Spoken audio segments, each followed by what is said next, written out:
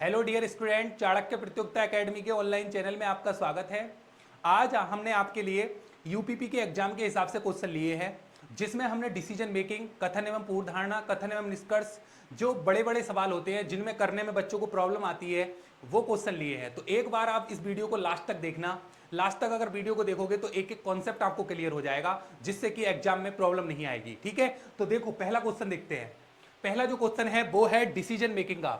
इस तरीके का क्वेश्चन आपके पेपर में आ सकता है, क्योंकि डिसीजन मेकिंग है, निर्णय क्षमता जिसे बोलते हैं, वो चैप्टर का क्वेश्चन आता है जहां तक है, क्योंकि पिछली बार भी आया था और उससे पिछली बार भी आया था। ठीक है, तो इस क्वेश्चन को आप ध्यान से देखेंगे। इस क्वेश्चन में बच्चों को प्रॉब्लम ये होती है कि इसकी जो लैंग्वेज होती है वो बहुत टफ होती है, यानी जो लैंग्वेज पढ़ने में टाइम लगता है, क्योंकि काफी बड़ा सवाल होता है, इसे पढ़ने में टाइम लगता है और बार बार उसे पीछे देखना पड़ता है क्वेश्चन करने के लिए। तो इसको जल्दी से करने का क्या तरीका होता है, कैसे इस क्वेश्चन को करते हैं, इसे आप ध्यान से देखेंगे एक बार। ठीक है, तो सभी बच्चे इस वीडियो को लास्ट तक देखना, एक एक सवाल आपके लिए बहुत इंपॉर्टेंट होने वाला है। ठीक है, तो करते हैं इस क्वेश्चन को। अब देखो, ये जो क्वेश्चन होता है, ये क्वेश्चन उसी तरीके से होता है जैसे कोई वैकेंसी जब निकाली जाती है तो उसके बारे में कुछ योग्यताएं दी हुई होती है कि भाई 12th कर रखा हो या फिर ग्रेजुएशन कर रखा हो, उसे भाषाओं में हिंदी और इंग्लिश का ज्ञान हो, या उसे इतने साल का एक्सपीरियंस हो, या फिर मतलब कई सारी एलिजिबिलिटी दे रखी होती है। इसी तरीके से इसमें एक वैकेंसी निकाली जाती है किसी भी चीज की, उसके लिए कुछ शर्तें होती हैं और कुछ उप शर्तें होती हैं।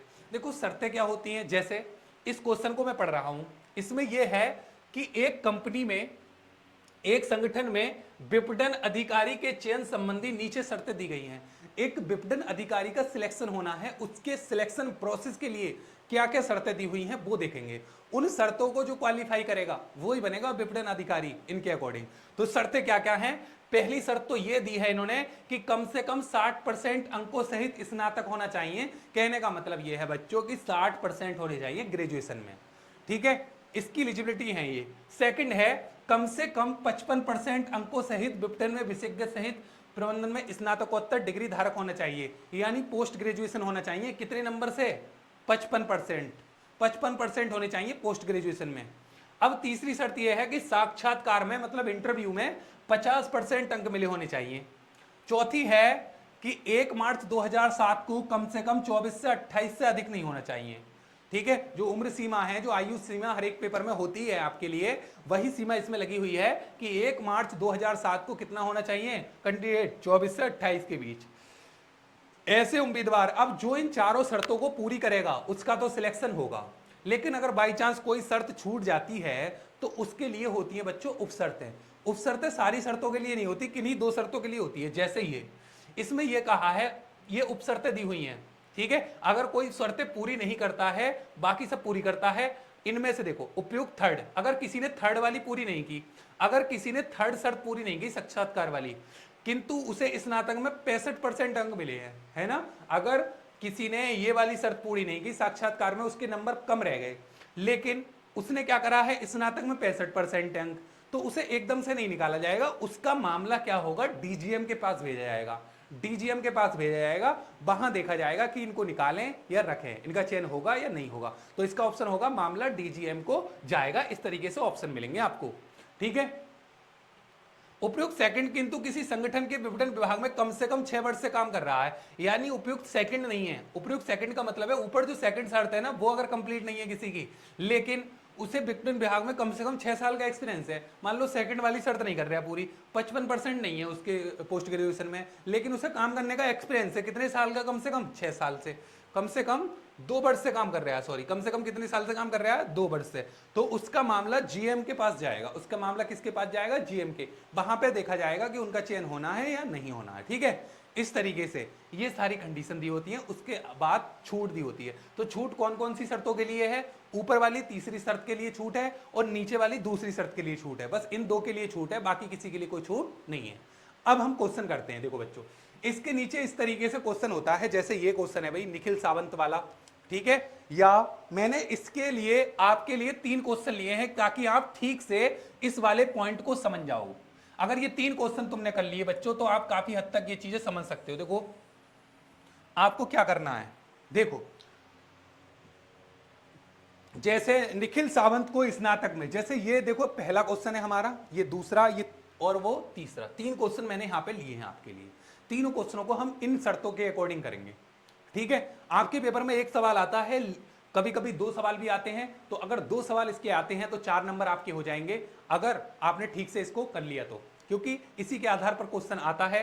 ठीक है, तो देखो कैसे करते हैं। निखिल सावंत को स्नातक में 61% और साक्षात्कार में 62% अंक मिले हैं। तो सबसे पहले आप क्या करोगे, आपको सारी शर्तें एक टेबल के रूप में लिख लेनी है। जैसे मैंने लिख लिया पहली शर्त, देखो पहली शर्त किस कौन सी वाली है, स्नातक वाली। पहली शर्त कौन सी वाली है, स्नातक वाली है भाई। दूसरी शर्त क्या है बच्चों, दूसरी शर्त है पोस्ट ग्रेजुएशन वाली, पीजी लिख दे रहा हूं भाई शॉर्ट में। तीसरी शर्त है बेटा साक्षात्कार वाली, कि साक्षात्कार में इतने नंबर हों। और चौथी शर्त क्या है, चौथी शर्त है एज, चौथी है एज। ये हमारी 4 शर्तें हैं इस तरीके से। 4 शर्तों के बाद 2 उपशर्तें हैं, एक ए और एक बी।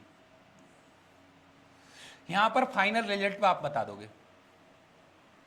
अब देखो यहां पर मैंने एक टेबल बना दी बच्चों, यहां पर इस तरीके से टेबल आपको समझाने के लिए बना रहा हूं। पेपर में आप डायरेक्टली नाम लिखकर जिस भी व्यक्ति का दिया है उस तरीके से आप कर सकते हैं। ठीक है, अब देखो यहां पर आपको जो कैंडिडेट है उसका नाम लिख लेना है।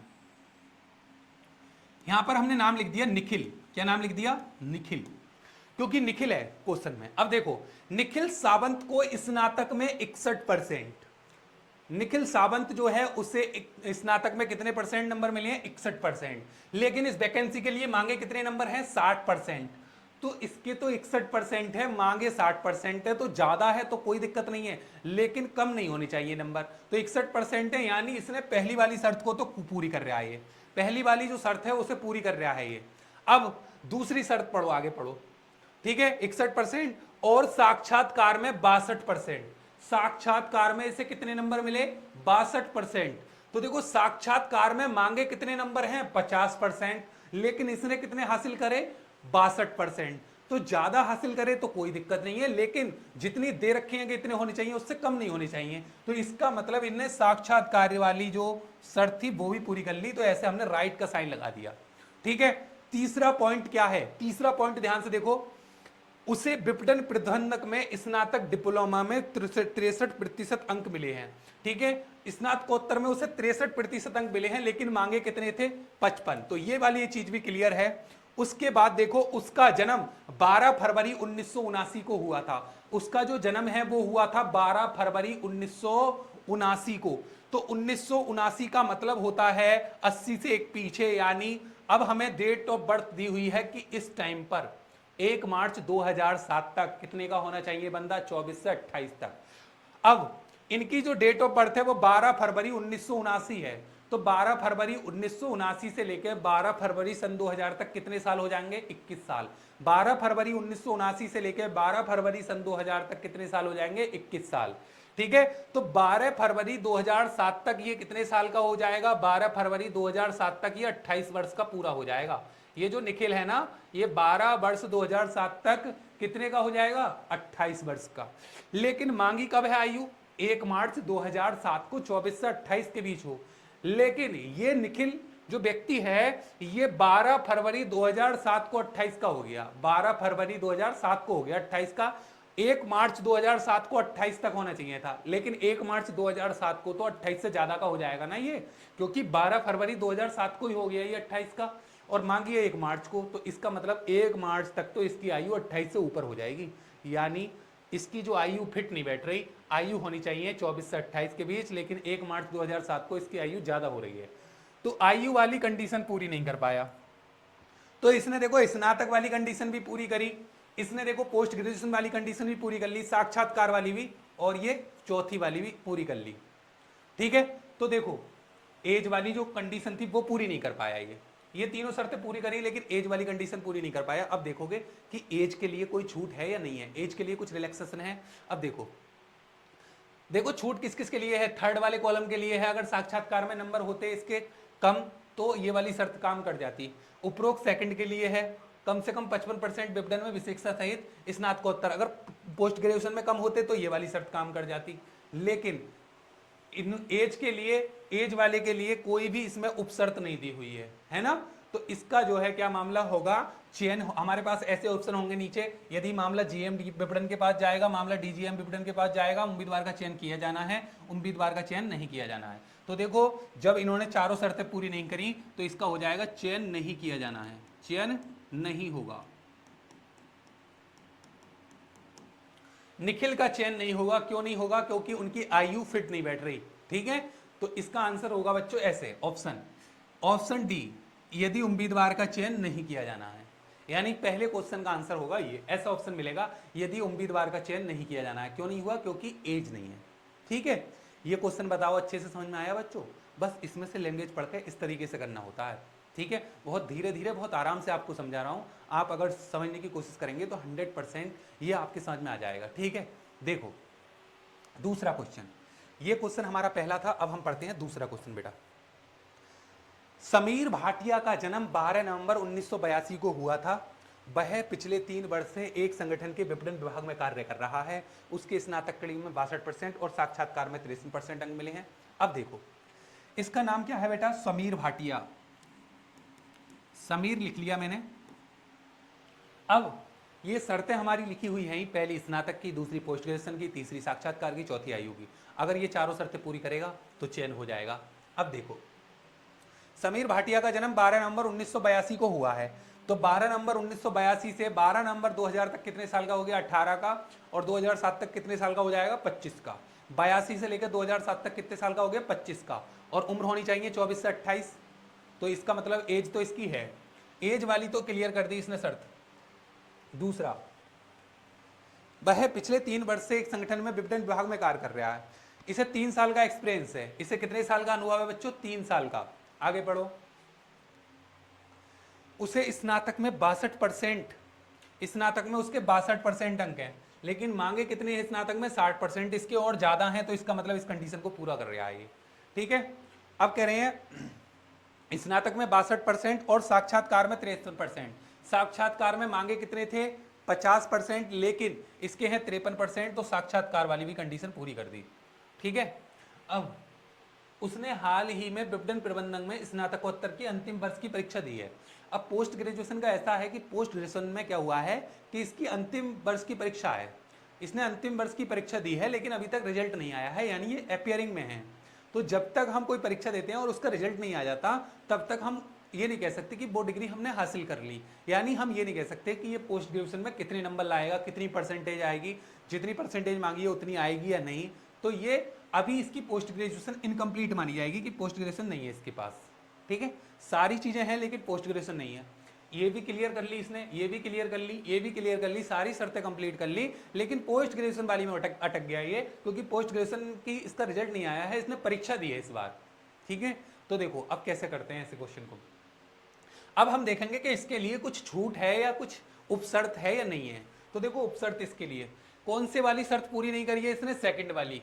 अब देखो ये वाली शर्त पूरी नहीं करी इसने, सेकंड वाली के लिए देखो ये दिया है कि अगर किसी के पास उपरोक्त सेकंड नहीं है, अगर किसी के पास उपरोक्त सेकंड नहीं है, मतलब सेकंड वाली शर्त को पूरा नहीं कर रहा, किंतु उपरोक्त सेकंड नहीं है, किंतु किसी संगठन के विपणन विभाग में कम से कम 2 वर्ष, ये 6 मत लिख लेना भाई, ऐसे छप गया है, कम से कम 2 वर्ष से काम कर रहा है। लेकिन ये बताओ कितने वर्ष से काम कर रहा है, 3 वर्ष। ये 3 वर्ष से काम कर रहा है बेटा, ये कितने वर्ष से काम कर रहा है, 3 वर्ष से। इसके पास देखो, किंतु किसी संगठन विभाग में कम से कम 2 वर्ष से काम कर रहा है, लेकिन उसका मामला जीएम के पास जाएगा। अगर कोई व्यक्ति ऐसा है जो दूसरी शर्त को पूरा नहीं करता है पोस्ट ग्रेजुएशन वाली को, लेकिन उसे 2 साल का एक्सपीरियंस है, तो उसका मामला किसके पास जाएगा, जीएम विपणन के पास जाएगा। ठीक है, तो देखो ये पोस्ट ग्रेजुएशन तो कंप्लीट नहीं करी इसने, लेकिन इसे एक्सपीरियंस कितने साल का है, 3 साल का, और मांगा कितने साल का है, 2 साल का, तो इसका मामला जाएगा जीएम के पास। इसको ये भी नहीं कह सकते कि भाई चयन होगा इसका, है ना, क्योंकि पोस्ट ग्रेजुएशन वाली कंडीशन पूरी नहीं करी। अगर ये वाली कंडीशन पूरी कर लेते तो इनका चयन हो जाता, लेकिन ये वाली कंडीशन पूरी नहीं करी, और इसके लिए क्या है, इसके लिए ये है कि कोई अगर सेकंड वाली शर्त को पूरा नहीं करता है, लेकिन उसने काम करा है कितने साल, 2 साल, लेकिन इसने तो 3 साल करा है और ज्यादा, तो एक्सपीरियंस ज्यादा हो तो कोई दिक्कत नहीं है, कम नहीं होना चाहिए जितना मांगा है। तो इसका मतलब इसने उपशर्त कौन सी वाली पूरी कर ली, बी वाली पूरी कर ली। तो इनका मामला जाएगा जीएम, जीएम के पास मामला जाएगा।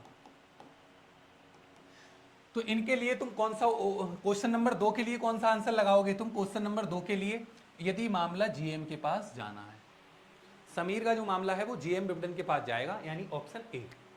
ऐसे करते हैं बेटा क्वेश्चन, समझ में आ रही है बात? कोई दिक्कत तो नहीं हो रही? अगला क्वेश्चन देखो। अब देखो अगला जो क्वेश्चन है वो है नवीन घोष। नवीन घोष का जन्म 14 जून 1981 को हुआ। मैंने लिख दिया नवीन घोष का 14 जून 1981 को जन्मदिन हुआ है। उसने साक्षात्कार में 58%, साक्षात्कार में 58% है भाई उसके। मांगे थे कितने साक्षात्कार में? 50, लेकिन इसके आए 58।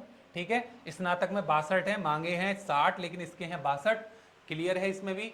और उसने विपणन में स्नातकोत्तर डिग्री में 60, स्नातकोत्तर डिग्री में पोस्ट ग्रेजुएशन में मांगे कितने बच्चों? मांगे हैं 55, लेकिन इसके कितने हैं? 60। तो यहां पर भी क्लियर कर ली इसने बात। ठीक है, स्नातकोत्तर डिग्री में 60 है। अब एज की जो बात है वो इसकी एज देख लो। 14 जून 1981 को इसका जन्म हुआ, 2007 को मांगी है डेट ऑफ बर्थ, तो 1907 26 साल का ही तो हो रहा है। और 24 से 28 के बीच उम्र मांगी है। 81 से 2000 तक 19 साल, 7 साल और, तो 26 साल का हो गया ये, यानी एज भी इसकी पूरी है। तो जब कोई चारों शर्तें पूरी कर लेता है तो इसके लिए ये उपशर्तें नहीं देखी जाती। जब कोई चारों शर्तें पूरी कर रहा हो ना तो उसके लिए हम ये नीचे का नहीं पढ़ते। नीचे का तो जब पढ़ते हैं जब कोई व्यक्ति शर्त पूरी नहीं करता है तो देखते हैं उसके लिए कुछ होगा या नहीं, उसके लिए कोई उपशर्त है या नहीं है। लेकिन जब कोई चारों शर्तें पूरी कर लेता है तो उसके लिए देखने की जरूरत नहीं है, क्योंकि इसने तो चारों शर्तें पूरी कर ली और इसका आंसर होगा चयन हो जाएगा। चयन किया जाना है। अगर कोई शर्त पूरी नहीं करते तो हम ए और बी देखते, लेकिन जब शर्त पूरी कर ली तो हम ए और बी अब नहीं देखेंगे। तो इसका आंसर हो जाएगा इनका चयन किया जाना है, इनका चयन किया जाएगा। तो तीसरा वाले क्वेश्चन के लिए ये हो जाएगा यदि उम्मीदवार का चयन किया जाना है। ठीक है, तो नवीन का चयन हो जाएगा, नवीन का चयन हो जाएगा। बात समझ में आ गई? तो इसी तरीके से आप भी अगर पढ़ते रहोगे तो तुम्हारा भी चयन 100% हो जाएगा। समझ में आ रही है बात? अब बताओ इन क्वेश्चनों में सबको कोई दिक्कत तो नहीं है? मैंने बहुत आराम से आपको समझाया है। ठीक है, नवीन का ये आ गया भाई, चयन हो गया। समीर का चयन नहीं हुआ, मामला जीएम के पास गया। निखिल का चयन नहीं हुआ क्योंकि एज कम बैठ गई। तो जो सब शर्तें पूरी कर लेता है उसका चयन हो जाता है। ठीक है, क्लियर है? अगला क्वेश्चन देखते हैं बच्चों। कथन है प्राइवेट फर्म में काम करने वाले मेहनती होते हैं। ये निष्कथन दे दिया। अब निष्कर्ष देखो, इस कथन से क्या निष्कर्ष निकलता है बेटा? कुछ मेहनती लोग प्राइवेट फर्म में काम करने वाले होते हैं, सरकारी कर्मचारी मेहनती नहीं होते हैं। हमें केवल उतनी बात से मतलब है जितना कथन में कहा गया। हमें जो कथन में नहीं कहा गया, जिसका कथन से कोई रिलेशन नहीं है, उससे कोई मतलब नहीं है। तो देखो इसमें कहा है कुछ प्राइवेट फर्म में काम करने वाले मेहनती होते हैं। ठीक है, तो निष्कर्ष क्या निकला? कुछ मेहनती लोग प्राइवेट फर्म में काम करने वाले होते हैं। सही बात है, कथन में यही तो कहा गया है एक तरीके से, कथन से यही बात तो स्पष्ट हो रही है, तो ये सही है। दूसरा, सरकारी कर्मचारी मेहनती नहीं होते, सरकारी कर्मचारी मेहनती नहीं होते, तो इस चीज का कथन में कोई जिक्र नहीं है। कथन में केवल प्राइवेट कर्मचारियों को कहा गया है, सरकारियों के बारे में कोई जिक्र नहीं दिया गया है। तो ये वाला निष्कर्ष गलत है, ये वाला निष्कर्ष सही है। यानी हम इस वाले निष्कर्ष के बारे में नहीं कह सकते कथन के अकॉर्डिंग। ठीक है, क्योंकि कथन में ऐसी कोई बात नहीं कही गई है। तो केवल निष्कर्ष फर्स्ट निकलता है, केवल निष्कर्ष फर्स्ट निकलता है। अगला क्वेश्चन बेटा, अगला है ऐसा क्वेश्चन बच्चे यूपीपी के एग्जाम में आया था, आपको याद होगा। एक टोकरी में कुछ फूल हैं, हर मिनट बाद दुगने हो जाते हैं। अभी जो पेपर हुआ था उसमें यूपीपी के पेपर में ऐसा क्वेश्चन आया था। हालांकि डिजिट उसकी अलग थी, लेकिन क्वेश्चन यही था, टोकरी में फूल वाला। तो इसको कैसे करते हैं? एक टोकरी में कुछ फूल है, हर मिनट बाद भी दुगने हो जाते हैं, 30 मिनट बाद टोकरी भर जाती है, तो कितने मिनट बाद आधी भरी हुई होती है? तो देखो अगर ये टोकरी है ना, तो इस टोकरी में पता है क्या है? इस टोकरी में फूल है। फूल किस तरीके से? अगर इसमें एक फूल है ना, तो अगले मिनट में कितना फूल हो जाएंगे? 2। उससे अगले मिनट में कितने फूल हो जाएंगे? 4, है ना? हर मिनट में दुगने हो रहे हैं। इसी तरीके से बेटा ये पूरी टोकरी भरने में कितना टाइम लग जाता है?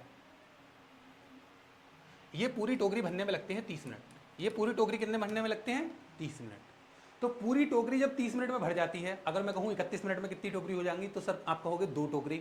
32 मिनट में 4 टोकरी, क्योंकि हर मिनट में दुगने हो रहे हैं फूल। तो जब 30 मिनट में पूरी टोकरी भर गई तो आधी टोकरी 1 मिनट पहले भरी हुई होगी। जैसे ही 1 मिनट हुआ होगा आधी का डबल हो गया होगा, जैसे ही 1 मिनट हुआ होगा आधी का डबल हो गया होगा। तो आधी टोकरी 1 मिनट पहले भरी गई होगी, यानी 29 मिनट में भर गई होगी आधी टोकरी। 29 मिनट में कितना भर गई होगी? आधी टोकरी। जैसे ही अगला मिनट हुआ 30वां, आधी का डबल हो गया, पूरी टोकरी भर गई। तो आंसर हो गया 29 मिनट। ऐसा क्वेश्चन अगर आ जाए और पूछे आधी टोकरी कितनी भरी गई है, तो जितना मिनट में पूरी भर रही है उससे 1 मिनट कम कर देना, बस आंसर हो गया 29 मिनट। नेक्स्ट,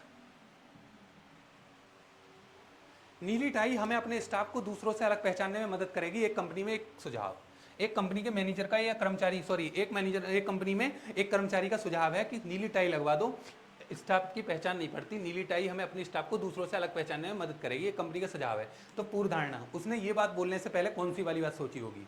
पहली बात ये सोची होगी कंपनी को अपने स्टाफ को पहचानने की जरूरत है, हाँ ये वाली बात सोची होगी, तभी तो वो कह रहा है कि कंपनी की पहचान के लिए, देखो कहा है ना पहचानने में मदद मिलेगी, पहचान के लिए बोल लिया है। तो पहला वाला पूर्व धारणा अंतर्निहित है इसमें, पहली वाली पूर्व धारणा ठीक है इसके अकॉर्डिंग, क्योंकि इसमें कहा है कि स्टाफ को दूसरों से अलग पहचानने में मदद करेगी। दूसरा, नीली टाई नवीनतम फैशन है, ये गलत है, क्योंकि उसने ये नहीं कहा कर्मचारी ने कि भाई नीली टाई लगवा दो, नीली टाई का बहुत ट्रेंड चल रहा है आजकल, नीली टाई का फैशन चल रहा है, फैशन वाली कोई बात नहीं कही है, वो केवल पहचान के लिए लगवा रहा है। तो पहली वाला पूर्व धारणा ठीक होगी, ठीक है, तो केवल पूर्व धारणा फर्स्ट सही है। नेक्स्ट क्वेश्चन, दी गई आकृति में कौन सा अक्षर उन कलाकारों को दर्शाता है जो नर्तक, गायक और वायलिन वादक भी हैं?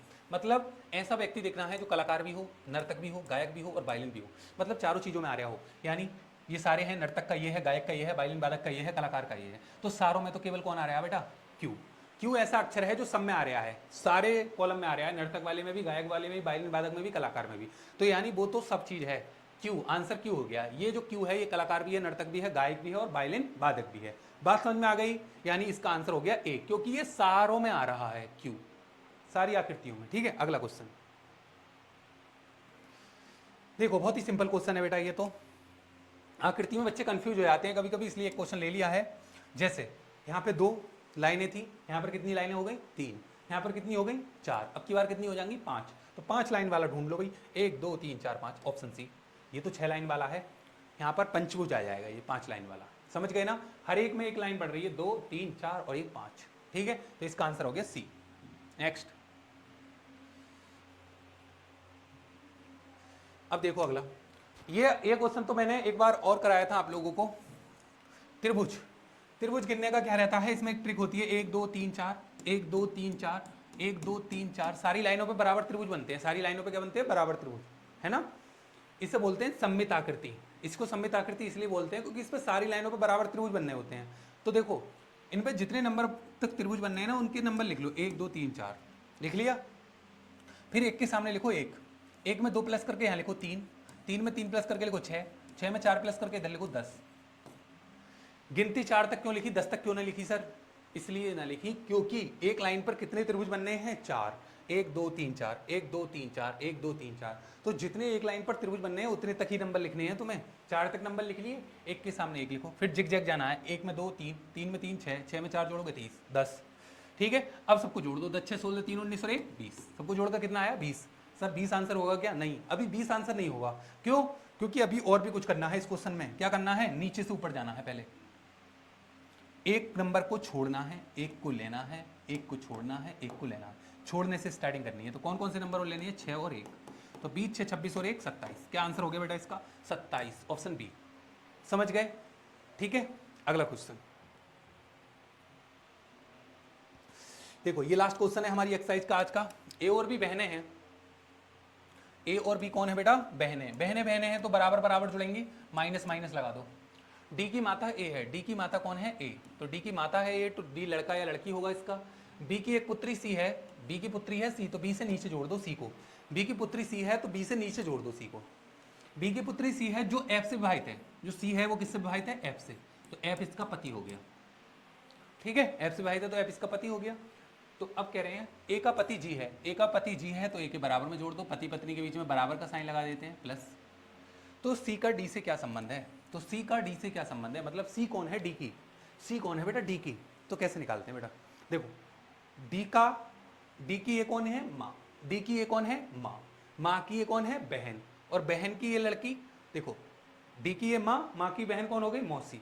डी की माँ की बहन, डी की कौन हो गई? मौसी। और मौसी की लड़की कौन हो गई? मौसेरी बहन। सी कौन हो गई? डी की मौसेरी बहन। देखो, डी की ये माँ, माँ की बहन मौसी, मौसी की लड़की मौसेरी बहन। तो इसका आंसर हो गया बेटा ऑप्शन ए, मौसेरी बहन। बताओ, समझ में आ गया?